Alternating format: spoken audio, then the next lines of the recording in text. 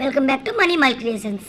ఈరోజు ఉసిరికాయతో ఆవకాయ చూపిస్తున్నానండి. ఉసిరికాయ వాష్ చేసుకొని క్లాత్తో తుడుచుకొని ఆరబెట్టుకోవాలండి. ఇప్పుడు ఆవాలు, జీలకర్ర, మెంతులు 3 కూడా ఫ్రై చేసుకొని గ్రైండ్ చేసుకోవాలండి.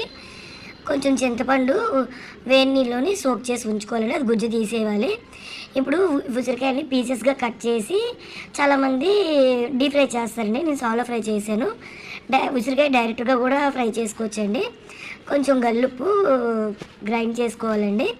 ఇప్పుడు ఉప్పు, కారం, పసుపు, ముందుగా గ్రైండ్ చేసుకున్న ఆవపొడి ఇవన్నీ కలిపి మిక్స్ చేసుకోవాలండి ఈవెన్గా. ఇప్పుడు పీసెస్గా ఫ్రై చేసుకున్న ఉసిరికాయలు అందులో మిక్స్ చేసుకోవాలండి. ఇప్పుడు పోపు వేసి కొంచెం ఇంగువ, ఎండుమిరపకాయలు, కరివేపాకు పోపులు వేసి చింతపండు గుజ్జు కూడా వేసి ఫ్రై చేసి ఇందులో మిక్స్ చేసుకోవాలండి. 3 days సోక్ చేసుకొని వేడి రైస్లో